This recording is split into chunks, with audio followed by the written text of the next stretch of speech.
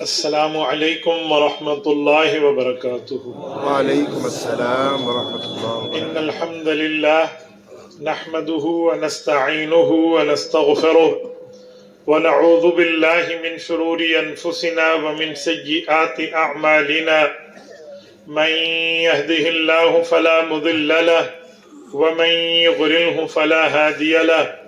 قال الله تبارك وتعالى في كتابه المجيد والفرقان الحميد: أعوذ بالله من الشيطان الرجيم، بسم الله الرحمن الرحيم، الذي يؤتي ماله يتزكى وما لأحد عنده من نعمة تجزى إلا ابتغاء وجه ربه الأعلى ولسوف يرضى۔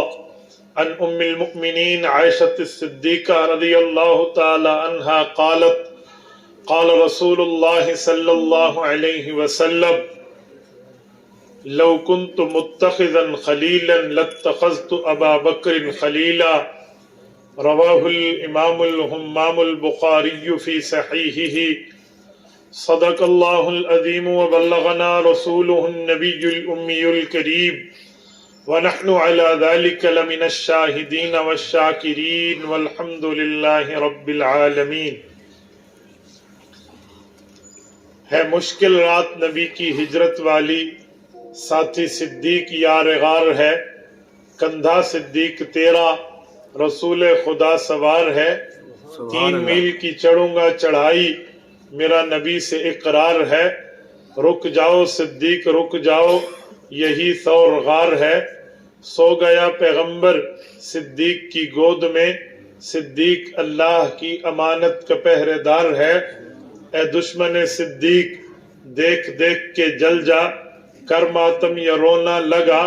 صدیق آج بھی روضہ رسول میں آباد ہے، اسی روضہ رسول میں رہتا عمر جرار ہے۔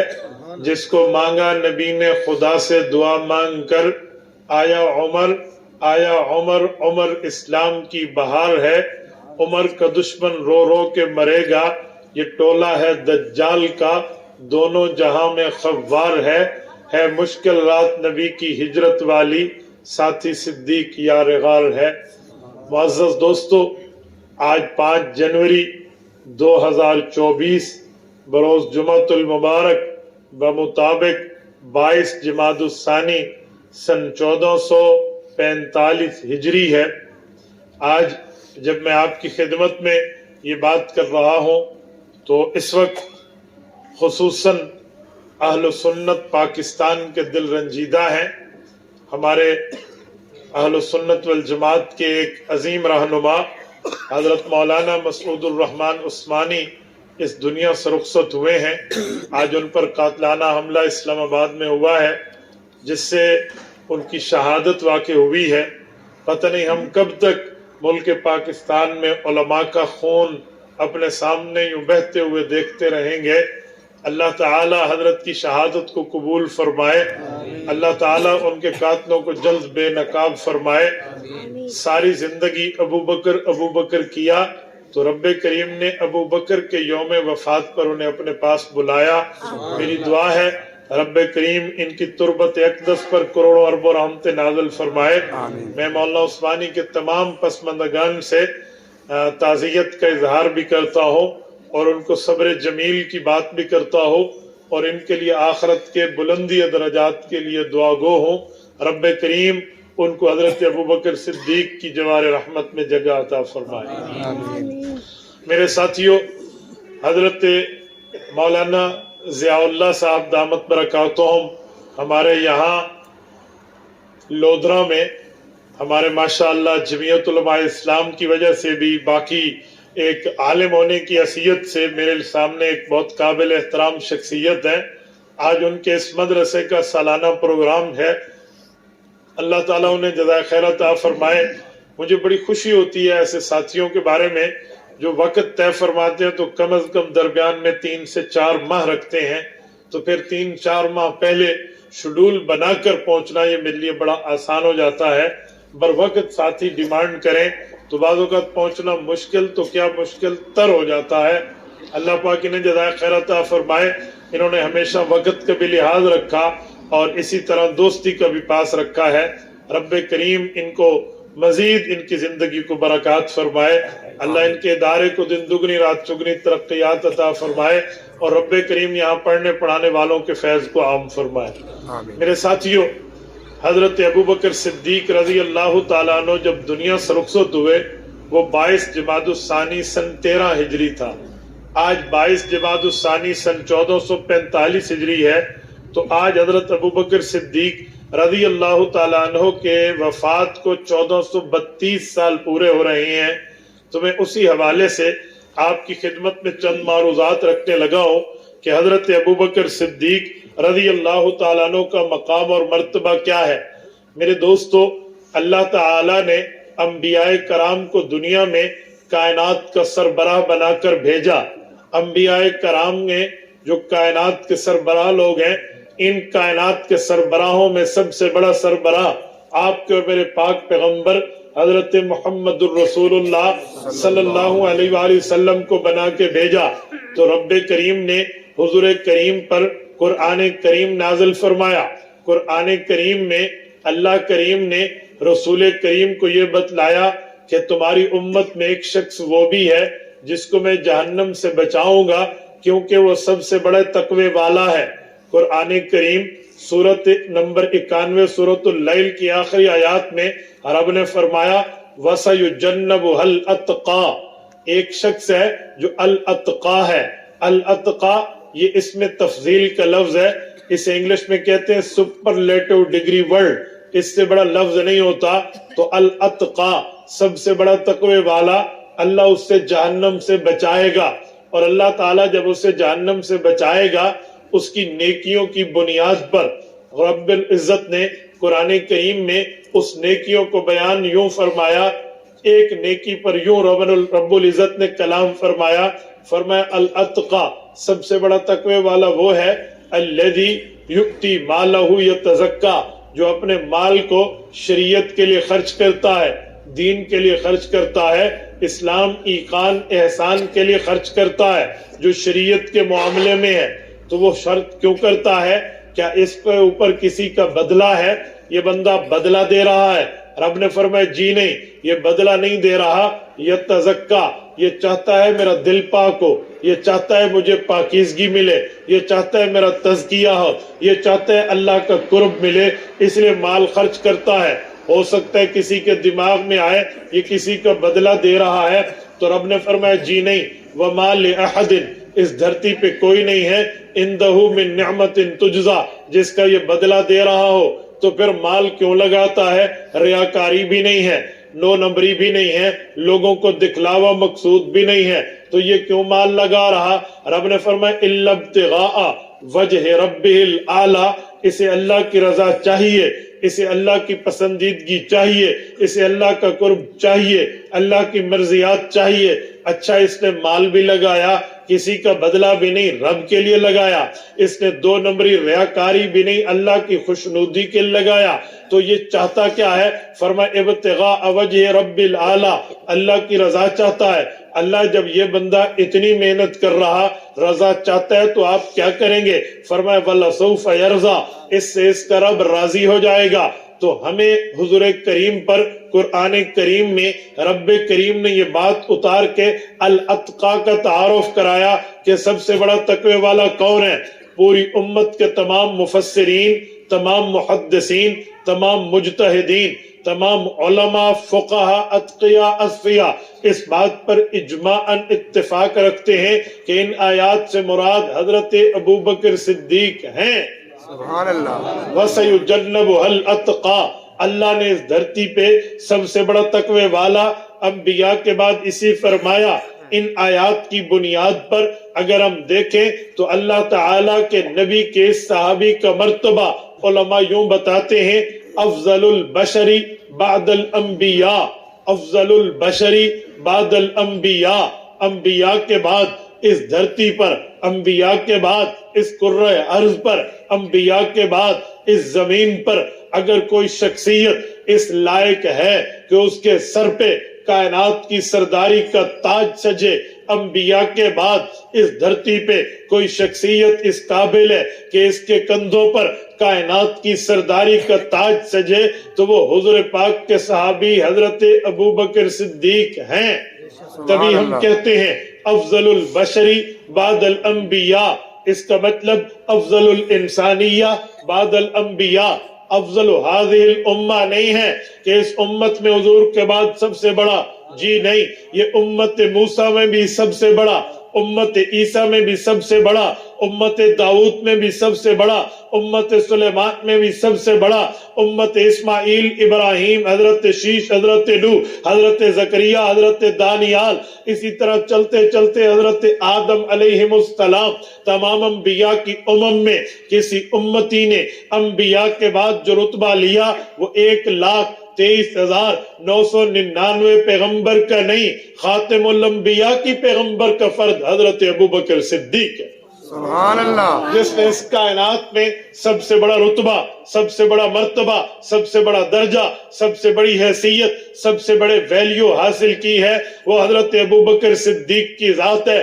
میرے دوستو توجہ رکھنا، میں آپ کی خدمت میں ایک جملہ سمجھانے کے لیے کہنے لگا ہوں کہ ابوبکر صدیق وہ ہے جسے پیدا اس لیے کیا گیا ہے کہ یہ رسول اللہ کی رفاقت رکھے، حضور کی محبت رکھے، حضور پہ جان لگائے، حضور کی خدمت کرے۔ آپ کہیں گے کیسے؟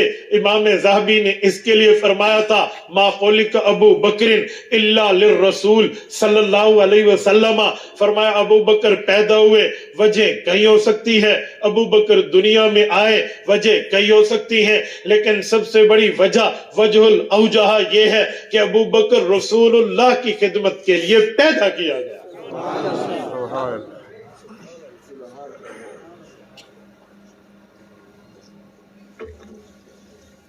میرے ساتھیوں، حضرت ابوبکر صدیق رضی اللہ تعالیٰ عنہ پہ جب میں گفتگو کرتا ہوں میرے سامنے ایک چیز بڑی مشکل کھڑی ہو جاتی ہے کہ ابو بکر کی کون سی بات کو بیان کروں، کس کو چھوڑوں۔ ابو بکر وہ ہے جس کے اندر کئی عناوین ہیں، ابو بکر وہ ہے جس کے فضائل پر کئی فہرستیں اکٹھی ہو سکتی ہیں، کئی عنوان لکھے جا سکتے ہیں۔ ابو بکر کا بچپن، ابو بکر کا لڑکپن، ابو بکر کی جوانی، ابو بکر کا بڑھاپا، ابو بکر کا کلمہ پڑھنا، ابو بکر کا حضور کا ساتھ دینا، ابو بکر کی تکلیفیں برداشت کرنا، ابو بکر کا مال لگانا، ابو بکر کی جان پیش کرنا، حضرت ابو بکر کا کاروبار داؤ پہ لگانا، ابو بکر کا اولاد پیش کرنا، اولاد کی قربانیوں کے بارے میں آگے آنا، پھر اپنا مال غلاموں پہ لگانا، پھر مکی زندگی میں پیغمبر کے سامنے بچ جانا، پھر معراج کی رات کی بن دیکھے تصدیق کرنا۔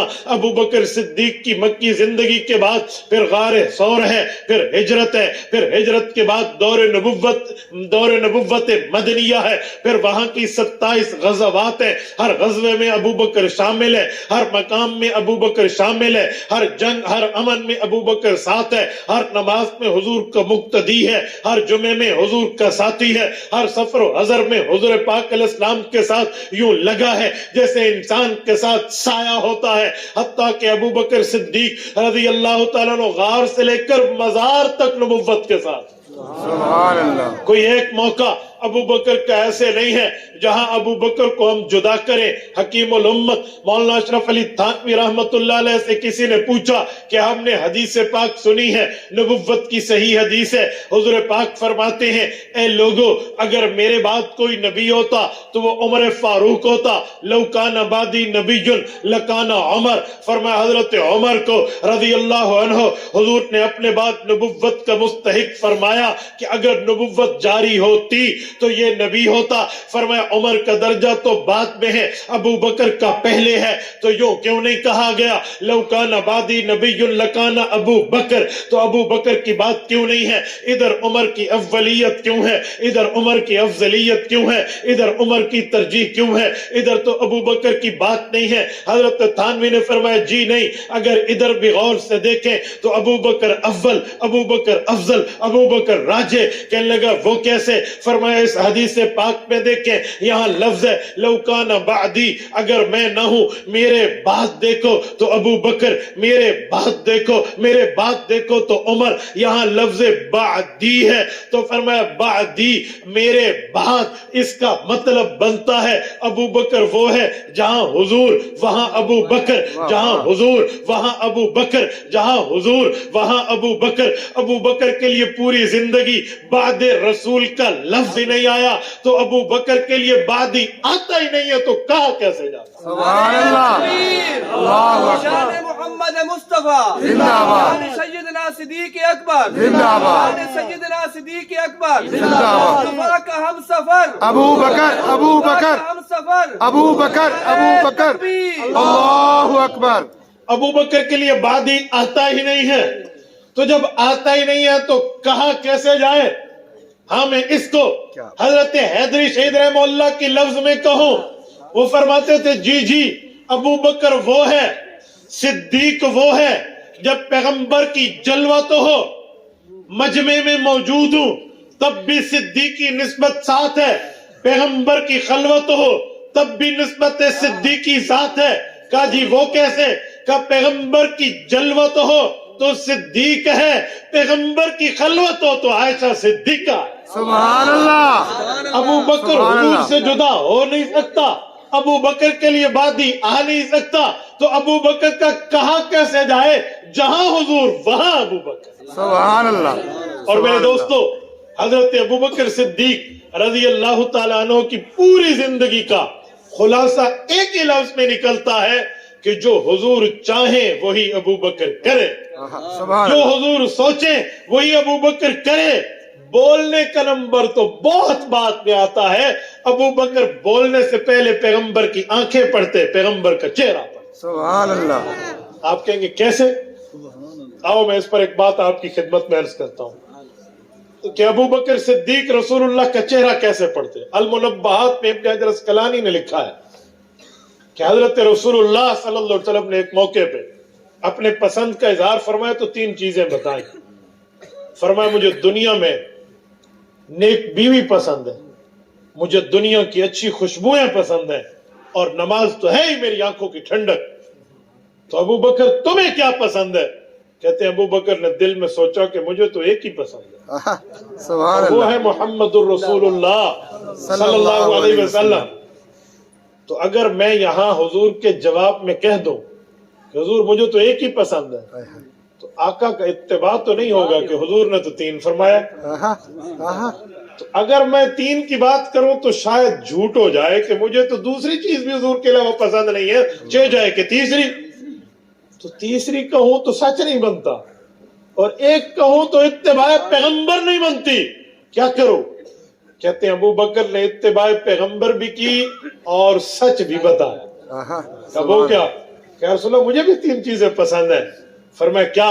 کہا نظر الی وجہک، آپ کے چہرے کا شربت دیدار پیتا رہوں، سبحان اللہ، آپ کے چہرے کو دیکھتا رہوں، مالی انفق علیک، مال میرا ہو حکم آپ کا چلے۔ سبحان اللہ، نمبر 3 بنتی اللہ فراشک، بیٹی میری ہو بیوی آپ کی۔ اللہ اکبر، لودرا کے غیوروں آپ کا ذوق تازہ ہو تو میں جملہ کہنے لگا ہوں۔ سبحان اللہ، ابو بکر نے کتنی چیزیں بتائی ہیں؟ 3 چیزیں، 3 نہیں ہے، یہ ایک ہے۔ سبحان اللہ، 3 نہیں ہے، یہ ایک ہے۔ پہلی کیا ہے؟ میری نظر چہرہ آپ کا، سبحان دوسرا مال میرا خرچ آپ پہ، خراب ہے، تیسرے نمبر بیٹی میری بیوی آپ کی۔ اصل تو ہے حضور۔ سبحان اللہ، ابو بکر کہنا چاہتے تھے مجھے آپ ہی پسند ہیں حضور، لیکن ابو بکر نے 3 اس لیے کی ہے تاکہ نسبت پیغمبر کا اتباع ہو جائے، ورنہ ہر چیز میں حضور حضور حضور ہے۔ سبحان اللہ، یہ 3 نہیں ہے، یہ ایک ہے۔ سبحان یہ اللہ، گنتی کاؤنٹنگ 3 کی ہے، ابو بکر نے گنتی 3 کر دیا ہے تاکہ اتباع پیغمبر ملے، ورنہ ابو بکر نے بات ایک ہی کی ہے، نمبر 3 بنا دیا۔ سبحان اللہ، دیکھو دل کی بات بھی کی ہے اور سچ بھی بولا۔ سبحان اللہ، میرے ساتھیو ابو بکر وہ ہے۔ حضرت ابو بکر صدیق رضی اللہ تعالیٰ عنہ اس دھرتی پر وہ مقام رکھتے ہیں، وہ مرتبہ رکھتے ہیں جس کے ساتھ کوئی بندہ حضور پاک علیہ السلام کے ساتھ یہ مرتبہ رکھ ہی نہیں سکتا. آپ کہیں گے کیسے؟ آؤ میں آپ کی خدمت میں حضرت ابو بکر صدیق کی بات کرنے لگا ہوں. ابو بکر نے اسلام پہ مار اس وقت کھائی جب ابو بکر اکیلا حضور کا محافظ ہی تھا اور پیغمبر کی طرف سے کافروں کا ظلم سہ کے مظلوم بھی تھا, جہاں اور کوئی نہیں تھا. اللہ تعالیٰ آپ کو مکہ اور مدینہ کی سیر کرائے, آمین. اللہ آپ کی برکت سے ہمیں بھی کرائے. آپ کبھی مسجد حرام بیت اللہ میں جائیں اور وہاں حضرت ابو بکر صدیق کے گھر کو ڈھونڈیں کہ ابو بکر کا گھر کہاں ہے, دار ابی قحافہ, دار بنی تمیم, دار ابو بکر کہاں ہے, وہ جگہ آپ دیکھیں. اور پھر اس کے بعد مطاف میں آئیں جہاں طواف ہوتا ہے, اس جگہ کو بھی دیکھیں. اور پھر اس حدیثی واقعے کو ساتھ میں رکھیں جس میں ابو بکر صدیق نے اس شخص کے گریبان پکڑا تھا جس نے رسول اللہ صلی اللہ علیہ وآلہ وسلم کے اوپر ظلم اور تشدد کیے تھے. وہ مکہ مکرمہ کے ظالموں نے جو ظلم کیا اور ابو بکر رسول اللہ صلی اللہ علیہ وسلم کو ظلم سے بچانے آئے, اس گھر کا فاصلہ کتنا ہے, ابو بکر تک پہنچا کیسے تھا, ابو بکر آئے کیسے. آپ میں سے کتنے بندے مکہ مکرمہ جا چکے؟ جو جا چکے ذرا ہاتھ کھڑا کر. ماشاءاللہ کافی تعداد ہے. آپ ایک دوسرے کو سمجھا سکتے ہیں. اگر کسی کو سمجھ نہ آئے نا تو آپ سمجھا دینا, میں سمجھانے لگا ہوں, آپ سمجھ جائیں گے جو گئے. جس وقت آپ بیت اللہ شریف میں ہونا تو جہاں سفید پتھر لگے وہاں سے جہاں ہم انٹر ہوتے ہیں, شار ابراہیم خلیل سے جو داخل ہوتے ہیں, وہاں سے الٹے ہاتھ پہ ہے جگہ بن داؤد.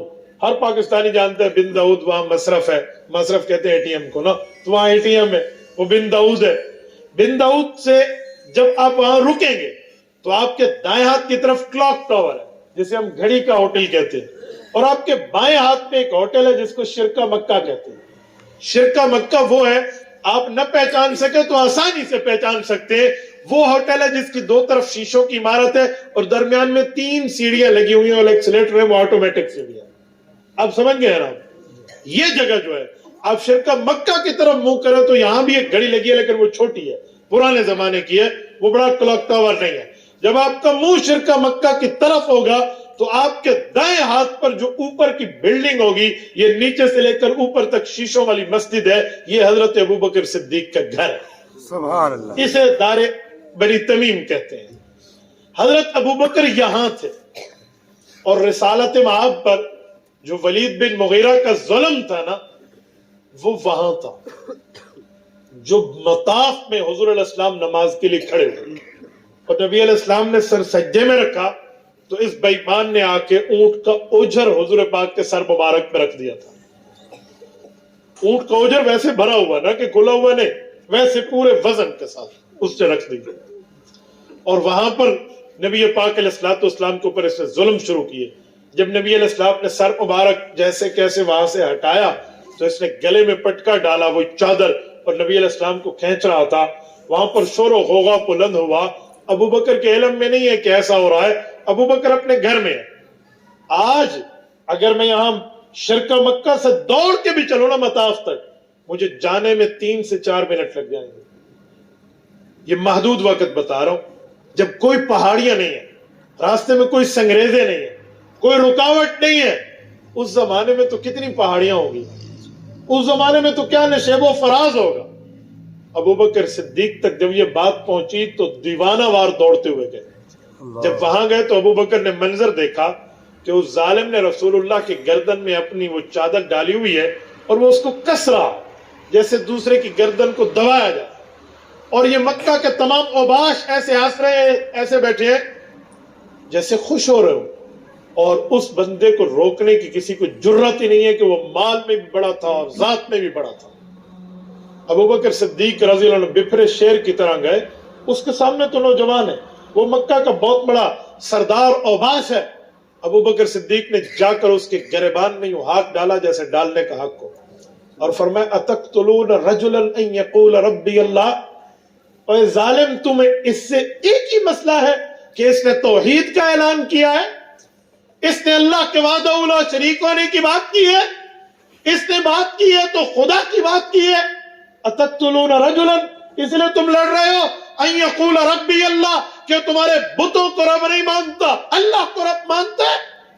جب ابو بکر نے یوں کیا اور چھڑایا نا اس سے، نبی علیہ الصلوۃ والسلام کی گردن میں اس نے جو وہ ڈال رکھی تھی چادر، تو نبی علیہ السلام کی گردن مبارک چادر سے آزاد ہوئی، تو اس نے بالکل جلتی اور کوئلے آنکھوں کی طرح پوچھا کہ یہ کون ہے، کہ میرے سامنے کون آ رہا ہے؟ وہ تو اپنے آپ کو 30 31 32 مار خان سمجھ رہا تھا نا، کہ میں تو فلاں اور فلاں، میرا مال اور میری وجاہت ہے بڑی۔ جی یہ کون ہے؟ تو لوگوں نے کہا ابو قحافہ عثمان بن عامر کا بیٹا ہے، ابو بکر ہے۔ تو وہ حضور کو چھوڑ کے ان پہ پڑ گئے۔ اور حضرت ابو بکر صدیق نے کتنی مار کھائی ہے۔ حضرت سلمہ حضرت ابو بکر کی امی ہے، ام الخیر ان کی کنیت ہے رضی اللہ عنہا، وہ فرماتی ہے جب میں بچے کے سر میں کنگھا کرنے کے لیے کنگھی ڈالتی نا، تو یوں کنگھی ڈالتی تو بالوں کا گچھا اکھڑ کے کنگھی میں آ جاتا۔ اللہ اکبر۔ یہ ہے ابو بکر صدیق نے ماں کھائی، اتنی حد تک ان ظالموں نے ظلم کیا۔ اور جب انہیں گھر لایا گیا تھا تو بے ہوش تھے۔ جب آنکھ کھلی نا، والد بھی اوپر ہے اور والدہ بھی اوپر ہے، مالدار اور خاندان کا بچہ ابو بکر، کوئی عام بندہ نہیں ہے، بزنس مین آدمی ہے۔ ان کے والد کے اتنا نامی گرامی ایک نام تھا کہ بڑی بڑی دنیا اگر فیصلے کرانے آتی تو ابو بکر صدیق کے ابا قاضی اور جسٹس کی حیثیت سے بیٹھ کے ڈیسیجن لیتے وہاں۔ اس زمانے کی برگر فیملی سے ریلیٹڈ آدمی ہے، کوئی عام بندہ نہیں ہے۔ والدین اوپر ٹھہر گئے، بیٹا کیا ہوا، کیوں گیا ابا؟ پتا تو تھا کہ حضور پاک کی وجہ سے، ابا تو اس لیے ٹھہرے کہ میں نصیحت کروں گا کہ یوں بھی کرتے ہیں۔ ابو بکر نے آنکھ کھولی تو ماں اور باپ کے سانس میں سانس آیا۔ اب جب ابو بکر نے آنکھ کھولی ہے تو ماں نے اس زمانے کا گلاس ایسے دودھ کو یوں لے ہوئے ٹھہری، تو ابو بکر صدیق کے منہ سے ایک ہی لفظ نکلا کہ حضور پاک علیہ الصلوۃ والسلام کا کیا حال ہے؟ اللہ اکبر۔ حضور کیسے ہیں؟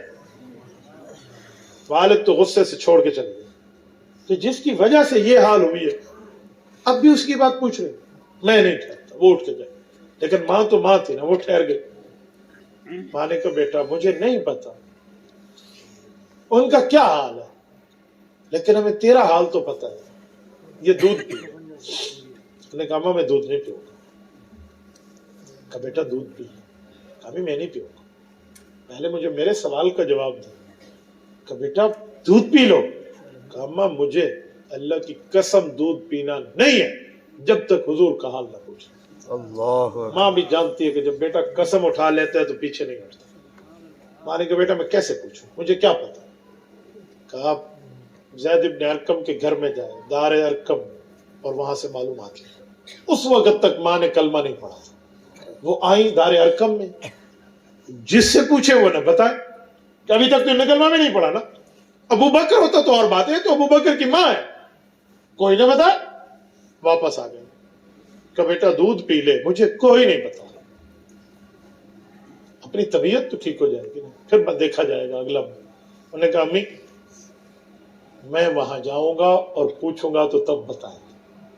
کہا بیٹا تو چل نہیں سکتا، کیسے جائے گا؟ کہ اماں آپ سہارا تو دے سکتی ہیں، مجھے دودھ پلا سکتی ہے، مجھے حضور کے گھر تک سہارا نہیں دے سکتی۔ ماں نے بیٹے کی بات مانی اور سہارا دے کر لائی۔ اور جب دار ارقم میں پہنچی تو وہ خاتون جس کے حضور پاک کے بارے میں جسے پتا تھا، اس زمانے میں کوئی پردے کا حکم نہیں آیا تھا، ابتدائی شریعت کی بات تھی، ابھی نمازوں کے حکم بھی نازل نہیں ہوئے تھے۔ تو ان سے حضرت ابو بکر نے پوچھا حضور کیسے ہیں؟ تو انہوں نے آنکھوں میں اشارہ کیا کہ تیری ماں ساتھ سن رہی ہے اور اس نے کلمہ نہیں پڑھا۔ آنکھوں میں کہا یہ ساتھ ہے، کیسے بتاؤں؟ ابو بکر نے کہا بے فکر رہے، راز باہر نہیں جائے گا۔ بولیے کہا؟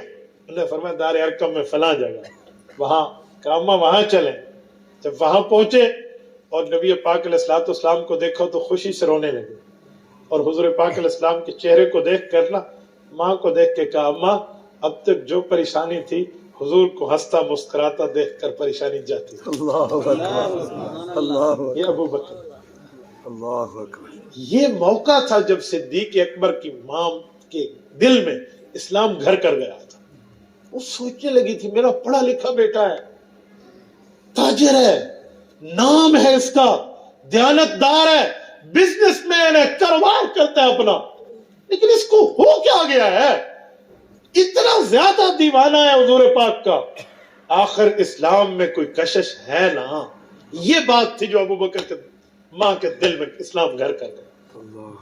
پھر تو ابو بکر کی 4 نسلیں اسلام لائیں گے, اور خالی اسلام نہیں لائیں, ابو بکر کی 4 نسلیں صحابی ہیں. اللہ اکبر. یہ ابو بکر نے یوں عملی طور پہ اپنے خاندان کو متوجہ کیا. چلو میں 4 نسلیں صحابی کی بات کر بیٹھا ہوں تو یہ بھی تعارف کراتا جاؤں.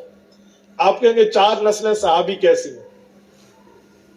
میں نے تو جتنا مطالعہ کر کے دیکھا ہے, شریعت میں 4 نسلیں کسی کی صحابی ہوں مجھے نہیں ملا. اللہ اکبر. کوئی ڈھونڈ کے دکھا دے تو بڑی تحقیق ہوگی, ہم ہاتھ چوم لیں گے. آؤ میں دکھانا چاہتا ہوں. ابو بکر وہ ہے جو خود صحابی ہیں. ابو بکر کی اماں اور ابا, ابو بکر کے ابا کا نام ہے عثمان بن عامر ابو قحافہ, اور اماں کا نام ہے سلمہ ام الخیر. یہ دونوں پیغمبر کے صحابی اور صحابیہ. سبحان ایک اللہ. وقت آیا دونوں نے کلمہ پڑھا ہے. خود دوسری نسل میں ابو بکر, یہ صحابی ہیں. ابو بکر کی آگے اولاد ہے, بیٹیاں اور بیٹے, اسما, عائشہ, محمد, عبد الرحمن, چاروں صحابی ہیں. سبحان اللہ. بلکہ عائشہ تو اہل بیت بھی ہے سبحان اللہ. رضی اللہ عنہ. رضی اللہ. 3 چوتھی پہ آنا. ابو بکر کی بیٹیوں کی اولاد بھی, ابو بکر کے بیٹوں کی اولاد بھی, نواسے, نواسیاں, پوتے, پوتیاں, یہ بھی اللہ تعالیٰ نے ان کو صحابیت کا درجہ عطا فرمایا. اللہ اکبر. ابو بکر صدیق کی بیٹی اسما صحابیہ, اسما کے بیٹے عبداللہ بن زبیر صحابی, سبحان اور حضرت ابو بکر صدیق رضی اللہ عنہ کے بیٹے حضرت عبد الرحمن صحابی, عبد الرحمن کا بیٹا عبداللہ بن عبد الرحمن صحابی. سبحان اللہ. 4 نسلیں صحابی. 4 نسلیں عام مسلمان نہیں کہہ رہے, 4 نسلیں صحابی. یہ مقام ابو بکر صدیق کو اس قربانیوں کی بدولت ملا. سبحان اور اللہ. میرے دوستو, حضرت ابو بکر صدیق نے یوں اسلام پر مار کھائی. اور سنیں, جیسے کوئی ظالم کہہ دے نا کہ ابو بکر تو شاید کوئی حکومت کی وجہ سے حضور کا ساتھ دے رہا ہو کہ حضور کے بعد مجھے حکومت ملے گی. ہم کہتے ہیں ایسے منافق تب آتے ہیں جب بندے کے پاس مال ہو. اللہ. مکہ مکرمہ میں مال نہیں تھا, اسلام کے آنے پہ مار تھی, آہا. تکلیف تھی. تو ابو بکر تو مال کھانے کے وقت آیا ہے, مال کھانے کی بات نہیں ہے. اور میرے ساتھیوں, حضرت ابو بکر صدیق رضی اللہ تعالیٰ عنہ وہ شخص ہے جس کو اپنے تو اپنے بیگانوں نے بھی مانا. آہا. ہجرت کی رات جب حضرت علی المرتضیٰ رضی اللہ عنہ کو حضور پاک نے بلایا اور اپنے بستر پر سلایا, حضرت علی نے پوچھا یا رسول اللہ میرے ذمے خدمت. فرمایا یہ لوگوں کی امانتیں ہیں, ان کی حفاظت آپ نے کرنی ہے, اور جن جن کی امانتیں ان کے گھر تک پہنچا کر میرے پیچھے بحکم خدا مدینہ طیبہ آ جانا. حضرت علی المرتضیٰ نے جن امانتوں کا خیال کیا, وہ امانتیں کیا تھیں؟ میں نے تو جتنی چاروں مذاہب میں حنفی, شافعی, مالکی, حنبلی میں پڑھا ہے نا, مجھے کی تصریح نہیں ملی کہ وہ امانتیں کیا تھی اور کتنی تھی. ہمارے استاد سے عظیم مجاہد رحمہ اللہ, پرانے دور کی بات کر رہا ہوں, نے انگریز جج کے ساتھ بڑا وقت گزارا ہے, جج برلاس انگریز کا. اس سے ہم نے یہ بات کی پیش کی تو اس نے کہا میں نے برٹش لا میں پڑھا ہے کہ حضور پاک کے پاس جو امانتیں تھیں وہ سونے اور چاندی کے ڈھیر تھے, اور ان کا وزن ہمارے حساب سے کچھ 26.5 من کے لگ بھگ تھا. سونے اور چاندی 26.5 تولے نہیں کہہ رہا, 26.5 کلو نہیں کہہ رہا, 82 تولے کا 1 کلو ہوتا ہے, میں 26.5 من کی بات کر رہا ہوں. سلام علی المرتضیٰ رضی اللہ عنہ کی دیانت داری کو کہ منو وزنی سونے اور چاندی کی حفاظت کر رہا ہے, جو کی روٹی کھا کے, اللہ اکبر. مجال کے ایک رتی بھی وہاں سے اٹھا. اللہ اکبر. یہ علی المرتضیٰ ہے. جب حضور نے امانتیں حوالے کی تو حضرت علی المرتضیٰ نے پوچھا یا رسول اللہ صلی اللہ علیہ وسلم. لوگوں کی امانتیں میرے حوالے، آپ اللہ کی امانت ہیں، آپ کا کیا بنے گا؟ اللہ اور میں بحکم خدا ابو بکر صدیق محافظ ہوں. سبحان اللہ. جب علی کو یہ بات پتہ چلی تو حضرت علی المرتضیٰ تسلی سے حضور کے بستر پر سو گئے. مجھے بتائیں، حضرت ابو بکر صدیق حضور پاک کا یارانہ ہے، علی المرتضیٰ تو حضور کا گھرانہ ہے، علی تو حضور کے گھرانے سے ہے نا. تو علی کہہ دیتے یا رسول اللہ اتنا خطرناک وقت ہے، آپ کے سر پر 100 اونٹ کا انعام لگ چکا ہے اور آپ ابو بکر کے ساتھ جا رہے ہیں، کوئی راز لیک کر دے تو نہیں. ابو بکر پر اعتراض حضرت علی نے بھی نہیں کیا تو علی کا ماننے والا بھی ابو بکر پہ اعتراض نہیں کر. سبحان اللہ. تکبیر. اللہ اکبر. محمد مصطفیٰ زندہ آباد. غار سیدنا صدیق اکبر. زندہ آباد. غار سیدنا صدیق اکبر. زندہ آباد. علی المرتضیٰ. زندہ آباد. تکبیر. اللہ اکبر. علی المرتضیٰ رضی اللہ تعالی عنہ کو یہ بات بتا کر حضور پاک علیہ السلام چل پڑے ہیں. میں نے علماء سے سنا ہے کہ حضرت علی فرماتے تھے کہ جس رات سویا ہونا ہر رات یہ خیال ہوتا تھا کہ ہو سکتا ہے صبح آنکھ قبر میں کھلے. اللہ. کوئی نہیں پتا نا بندے نے کب فوت ہو جانا ہے، ہمیں کیا پتا. وما تدری نفس بأی ارض تموت، قرآن کا فیصلہ ہے، نہیں پتا ہم نے کب مرنا ہے. لیکن جو ہجرت کی رات تھی نا، کہتے حضور نے مجھے فرمایا تھا صبح اٹھ کے مانتے حوالے کرنا، تو حضور اللہ کے حکم کے بغیر نہیں بولتے. بے اس شک. رات مجھے چڑھتے سورج کی طرح یقین تھا علی تو صبح جاگے گا. اللہ اکبر. اللہ اکبر. حضرت ابو بکر صدیق کے پاس حضور گئے ہیں اور ابو بکر صدیق حضور پاک کو لے کر چلے. یہ جو غار ثور میں 3 دن گزارے ہیں اور 3 راتیں، یہ غار ثور مکہ سے مدینہ کے راستے پہ نہیں ہے.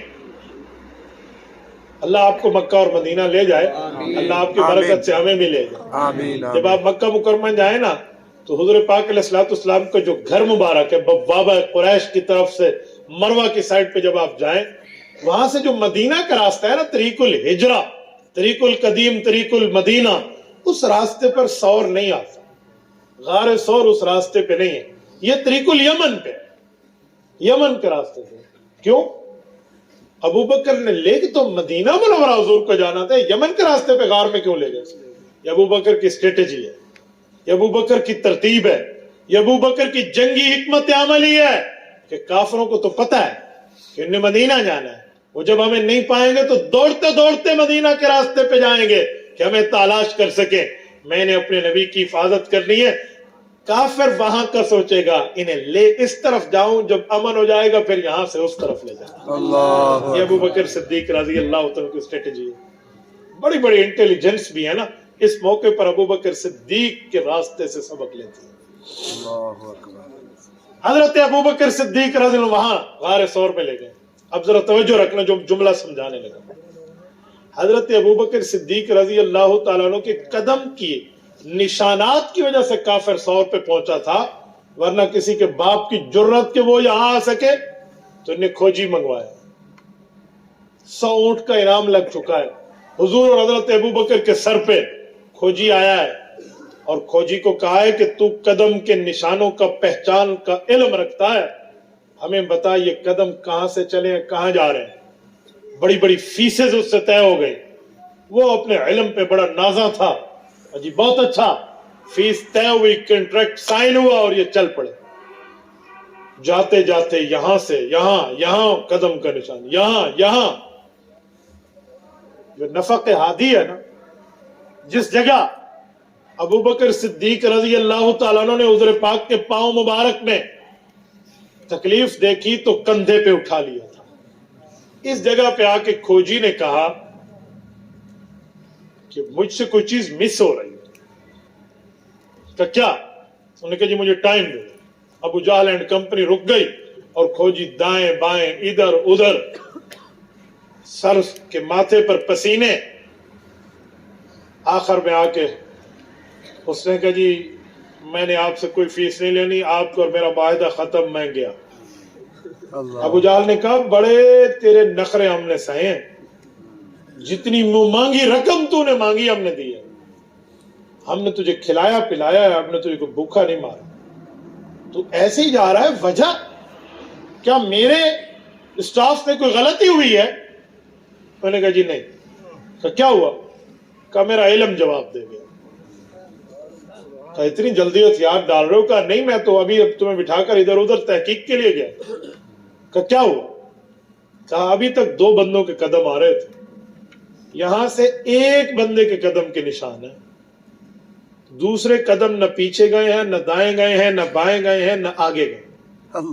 تو 2 ہی باتیں ہیں، یا تو اسے آسمان نے اٹھا لیا یا زمین نکل گئی۔ اللہ اکبر۔ تمہارا ہمارا معاہدہ ہے کہ میں دونوں بندے تلاش کر کے دوں گا، یہاں دوسرے کے قدم کے نشان ہی ختم ہو گئے ہیں۔ تو میں خاندانی بندہ ہوں، جھوٹ نہیں بولتا، میں اپنے علم کے اوپر کوئی دبا نہیں لاتا، میں اپنے فن کے اوپر کوئی الزام نہیں لاتا، لہذا آپ کو اور میرا معاہدہ ختم، آپ جانو، آپ کا کام جانے۔ ابو جہل نے کہا ٹھیک ہے، آپ پہ مشکل تو آ گئی ہے، لیکن اگر ایک سوال کا جواب تو ہمیں دے دے تو ہم تیری مشکل حل کر دیں۔ اس نے کہا کیا؟ انہیں کہا جو 2 بندوں کے جو قدم کے نشانات آ رہے تھے، یہ کون سے نشان ہیں جو برابر آگے جا رہے ہیں اور رکے نہیں ہیں، اور کون سے نشانات ہیں جو رک گئے ہیں، ختم ہو گئے؟ اس نے کہا جو دار بنی ارکم سے نشانات آئے ہیں نا، وہ آگے نہیں جا رہے ہیں، یعنی حضور علیہ الصلوۃ والسلام کے نشان قدموں کے آگے نہیں ہیں، اور جو دار بنی تمیم ابو بکر کے گھر سے نشان ہے نا، تو ابو بکر کے قدموں کے نشان آگے جا رہے ہیں۔ ابو جہل نے کہا تیری مشکل حل ہو گئی۔ انہوں نے کہا کیوں؟ کہا ہم ابو بکر کی محبت کو جانتے ہیں، اس نے دیکھا ہوگا نا کہ میرے سرکار کے قدموں میں کوئی تکلیف ہوئی ہے تو اس نے کندھے پہ اٹھا لیا۔ اللہ اکبر۔ والفضل ما شہدت به الاعداء، کہتے ہیں نا وہ ملیحۃ ظہرت بها شہدت بها ذراتها والفضل ما شہدت به الاعداء۔ سوکن ہوتی ہے نا، سوکن، وہ اپنی سوکن کی کبھی تعریف نہیں کرتی، دنیا تعریف کرے لیکن جو اس کی سوکن ہے نا وہ تعریف نہیں کرے، اور اگر سوکن بھی تعریف کرنے پر مجبور ہو جائے تو کہتے ہیں واقعی حسن حسن ہے۔ جیسے کہتے ہیں وہ ملیحۃ، واقعی اس میں نمک ہے، شہدت بها ذراتها، سوکنے اس کے لیے گواہی دے رہی ہیں، تو اس کو سمجھانے کے لیے کہتے ہیں والفضل ما شہدت به الاعداء، کہ فضیلت منی منائی وہ ہوتی ہے جسے دشمن بھی مانتے۔ اللہ اکبر۔ مکے کا ابو جہل دشمن ہے، لیکن وہ بھی مان چکا ہے کہ ابو بکر رسول سے محبت میں اتنا سچا ہے۔ اللہ اکبر۔ میرے دوستو، یہ نبی علیہ الصلوۃ والسلام کے پاس جب آئے تھے نا غار پہ، اللہ نے اندھا کیا، ورنہ تو یہاں تک تو پہنچا ہے، تو تقدیر خداوندی غالب آئی تھی۔ لیکن میری بات کا مطلب کہ ابو بکر کی سچائی بھی دیکھیں، دیانت داری بھی دیکھیں، اور اللہ کی امانت کی پہرہ داری بھی۔ اللہ اکبر۔ کہتے ہیں ہجرت کی رات جب ابو بکر نے نبوت کو اپنی گود میں سلایا ہوا تھا، تو حضور پاک صلی اللہ علیہ وآلہ وسلم کے چہرے کو حضرت ابو بکر صدیق جب زیارت فرما رہے تھے، جیسے آپ اور ہم رحل میں قرآن رکھتے ہیں، ابو بکر یوں چہرہ نبی کی شربت دیدار پی رہے تھے، تو اس وقت اللہ سے ایک دعا کی تھی کہ میرے مولا اس کائنات میں حضور پاک کے چاہنے والے تو کئی ہو، اور انسانوں میں نہ ہو تو فرشتے تو ہیں ہی نا، آپ کسی فرشتے سے ہی حضور کی پہرہ داری کی خدمت لے سکتے تھے، پر آپ نے مجھے منتخب فرمایا۔ اللہ تیرا شکر ہے، لیکن اس پہرہ دار کی یہ خواہش ہے کہ اے کاش کہ یہ پہرہ تا قیامت رہے۔ لودرا کے غیوروں، ابو بکر کی یہ دعا رد نہیں ہوئی، قبول ہے۔ پہرہ نبوی روضہ رسول میں ابو بکر کا آج بھی برقرار ہے۔ سبحان اللہ۔ اس سوال ہو نا اس دھرتی پر کہ فزیکلی، جسمانی طور پہ حضور کے قریب آج کون ہے، تو کسی اور کا نام نہیں آئے گا، ابو بکر صدیق کا نام۔ اللہ اکبر۔ روزہ نبوی پہ آپ جائیں نا، اللہ آپ کو لے جائے، آمین۔ اللہ آپ کی برکت سے ہمیں بھی لے جائے۔ آمین۔ حضور علیہ السلام کے روزے پر نبی علیہ السلام کے سینے مبارک کے قریب ابو بکر صدیق کی قبر، اور ابو بکر کے سینے کی بقدر حضرت عمر کی۔ اللہ اکبر۔ میرے ساتھیوں، یہ قبولیت نہیں ہے تو اور کیا؟ حضرت ابو بکر صدیق رضی اللہ تعالی نے یوں فرمایا، اور آؤ ہم جملہ بول رہے ہیں صدیق، سچا، تو سچا صدیق کسے کہتے ہیں؟ صدیق اسے کہتے ہیں جو کہے وہ کر کے دکھائے. تو ابو بکر صدیق قول میں بھی ہے، فعل میں بھی ہے، کہنے میں بھی ہے، کرنے میں بھی ہے. سبحان اللہ. آپ کہیں گے کیسے؟ آؤ میں ایک ابو بکر کا قول ایک فعل پیش کرتا ہوں، توجہ رکھنا، پوری گفتگو کا خلاصہ بن جائے گا. حضرت رسول اللہ صلی اللہ علیہ وسلم کا انتقال اور ایک ابو بکر کا انتقال، ان دونوں کو سامنے رکھیں تو صدیق کا قول اور صدیق کا عمل، یہ گفتار اور کردار برابر ہو جاتے ہیں. سبحان اللہ. آپ کہیں گے کیسے؟ حضرت ابو بکر نے رسول اللہ کے انتقال کے وقت امت کی رہنمائی کی تھی اور فرمایا تھا لوگوں رسالت مآب علیہ السلام دنیا میں وفات پا گئے ہیں لیکن نبی پر دوسری موت نہیں آئے گی.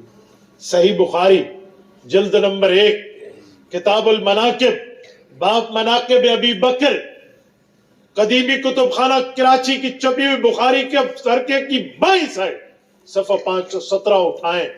حضرت ابو بکر صدیق نے فرمایا تھا والذی نفسی بیدی لا یذیقک اللہ الموتتین ابدا. فرمایا اس اللہ کی قسم جس اللہ نے ابو بکر صدیق کی جانب سے اپنے قبضے میں رکھی ہے، حضور پاک پر 2 موتیں جمع نہیں ہوں گی. ایک وفات تو نبی کو دنیا میں آ گئی، دوسری وہ کون سی موت ہے جس کی نفی ابو بکر نے کی ہے؟ یہ محدثین نے سوال اٹھایا اس حدیث کے تحت. حافظ ابن حجر نے فتح الباری میں، علامہ عینی نے عمدۃ القاری میں، امام قسطلانی نے ارشاد الساری میں، حضرت کرمانی نے الکواکب الدراری میں، مولانا احمد علی سہارنپوری نے حاشیہ بخاری میں اس کے سوال کا جواب دیا. سب سوالوں کا مشترکہ جواب ایک ہی ہے. وہ کہتے ہیں ان فی القبر موت و حیات غیر الانبیاء کا ایک امتیوں کا معاملہ ہے، ایک انبیاء کا معاملہ ہے. کہ وہ کیا کہ جو امتی کو موت آتی ہے قبر میں سوالات و جوابات ہوتے ہیں، جب قبر میں پہنچ گیا ٹھیک یا غلط جو سوال جواب ہو گیا اس کے بعد اس کی روح کا تعلق ضعیف کیا جاتا ہے. کیوں؟ اگر برا ہے تو جہنم کی تکلیف محسوس کرے گا، اللہ محفوظ رکھے، اور اگر نیکوکار ہے تو جنت کی لذت پائے گا، اللہ عطا فرمائے. آمین.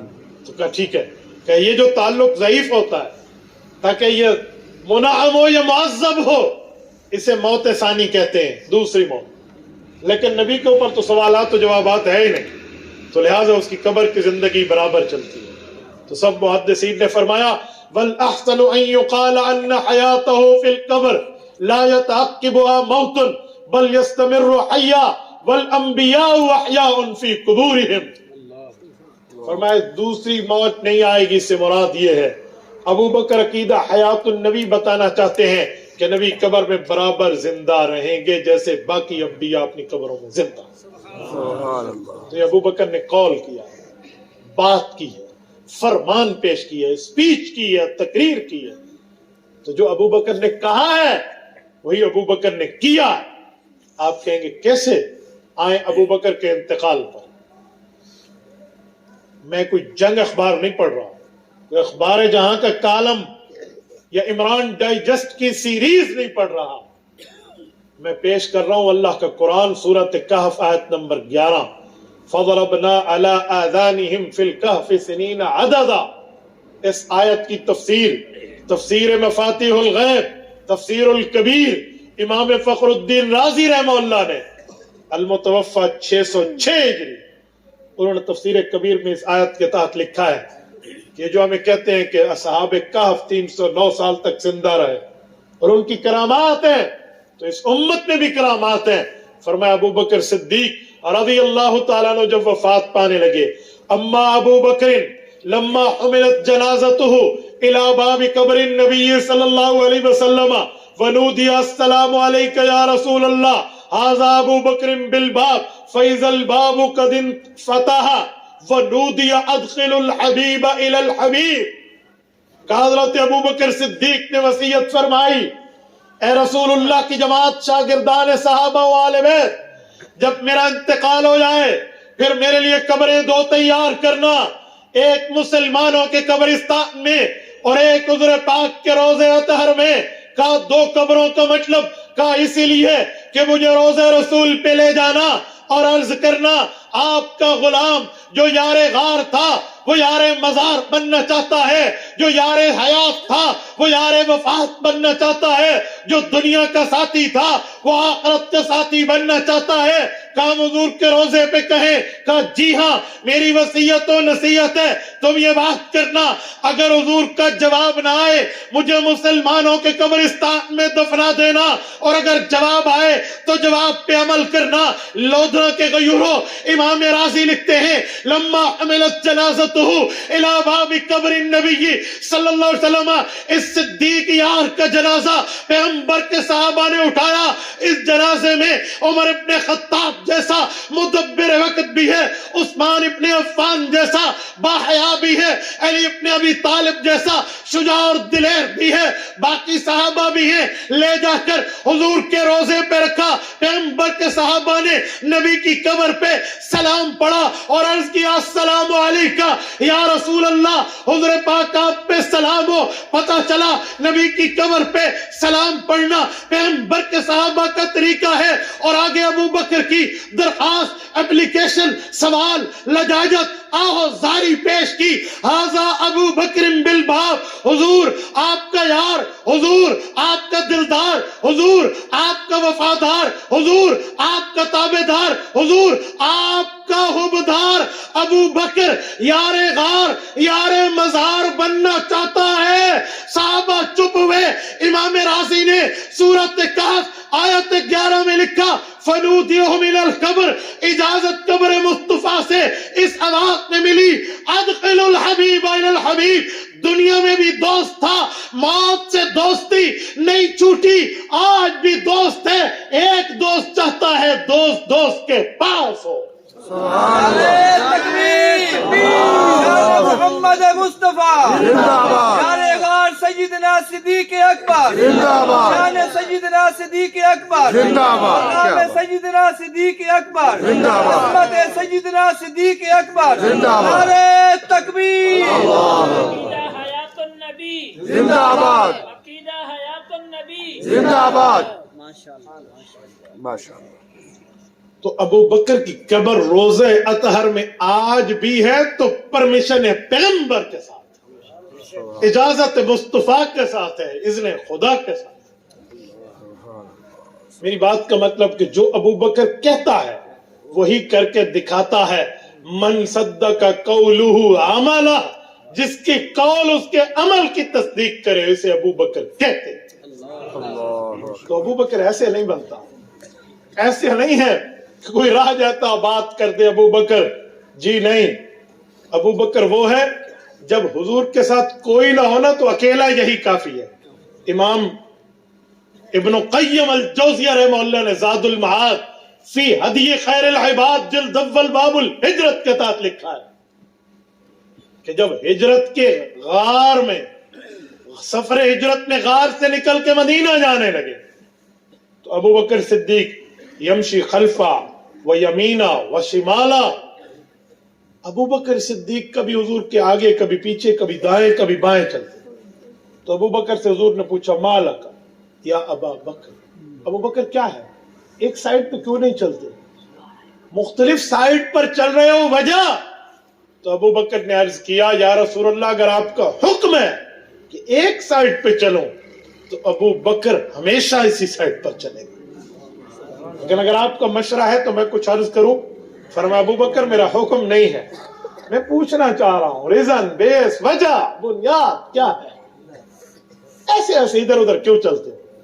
کہا جی ایک ہی وجہ، آج اللہ کی امانت کا پہرے دار میں ہوں، تو جب میں آپ کی دائیں طرف چل رہا ہوتا ہوں تو تاحد نگاہ میں نوٹ کرتا ہوں کہ کوئی چیز آپ پہ حملہ آور تو نہیں ہوگی، تو جب مجھے اطمینان ہو جاتا ہے تو میں بائیں طرف آ جاتا ہوں، اور یہی سچویشن بائیں طرف رہتی ہے۔